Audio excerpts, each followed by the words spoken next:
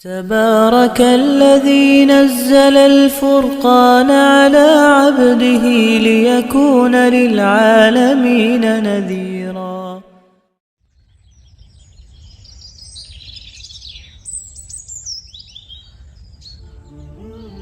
ایک ایسا نبی جو تنہا تھا مگر اپنے ایمان میں پہاڑ سے بھی زیادہ مضبوط تھا، جو حق پر کھڑا تھا اور باطل کے سامنے جھکنے کے بجائے آگ میں کود پڑا۔ وہ نبی جس کا سجدہ، جس کی قربانی، جس کی دعا آج بھی دنیا کے ہر مسلمان کے دل کی دھڑکن ہے۔ آئیے سنتے ہیں حضرت ابراہیم علیہ السلام کی مکمل، عظیم اور ایمان سے لبریز داستاں۔ ناظرین، حضرت ابراہیم علیہ السلام کی پیدائش ایک ایسی قوم میں ہوئی جو بتوں کی پوجا کرتی تھی۔ ان کے والد آزر خود بت تراشا کرتے تھے، بت بناتے بھی تھے اور بیچتے بھی تھے، لیکن بچپن ہی سے حضرت ابراہیم علیہ السلام کی دل میں توحید کی روشنی جاگ چکی تھی۔ انہوں نے اپنی آنکھوں سے دیکھا کہ لوگ پتھروں کو معبود مانتے ہیں، ان کے سامنے سجدے کرتے ہیں، لیکن وہ نہ سنتے ہیں، نہ بولتے ہیں، نہ کسی کا بھلا کر سکتے ہیں۔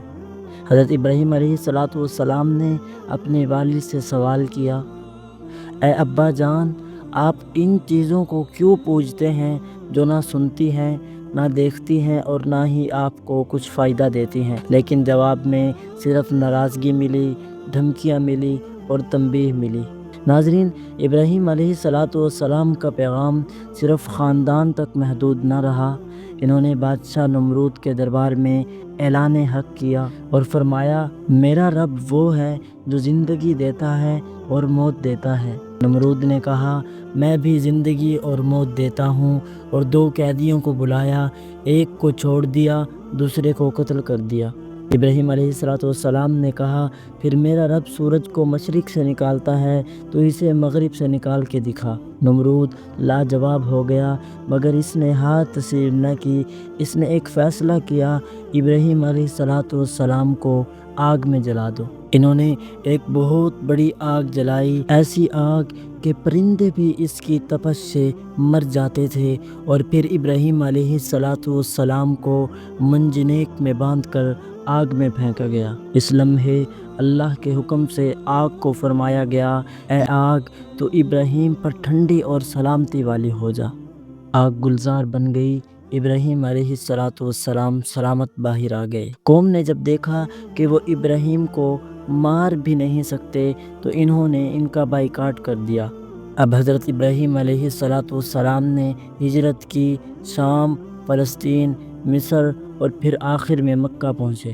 حضرت ابراہیم علیہ السلام کی بیوی حضرت ہاجرہ اور ننھے بیٹے حضرت اسماعیل علیہ السلام کو اللہ کے حکم سے بے آب و گیا وادی میں چھوڑا، جہاں نہ پانی تھا، نہ سایہ، نہ انسان۔ ناظرین، حضرت ہاجرہ پانی کی تلاش میں صفا اور مروہ کے درمیان دوڑتی رہی، بے قراری میں دعا کرتے ہوئے 7 چکر لگائے، اور پھر حضرت اسماعیل علیہ السلام کے قدموں کے نیچے سے زمزم کا چشمہ پھوٹ پڑا۔ ناظرین، یہ اللہ کی رحمت تھی، اللہ کی طرف سے ایک عظیم انعام تھا۔ سالوں بعد حضرت ابراہیم علیہ السلام اور حضرت اسماعیل نے مل کر خانہ کعبہ کی تعمیر کی، اور تعمیر کرتے ہوئے پڑھتے تھے، ربنا تقبل منا انک انت السمیع العلیم۔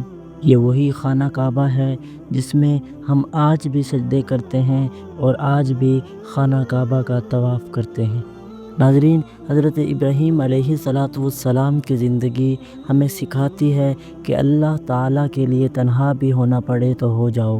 اگر سب تمہارے خلاف ہیں مگر اللہ تمہارے ساتھ ہے تو تم جیت جاؤ گے۔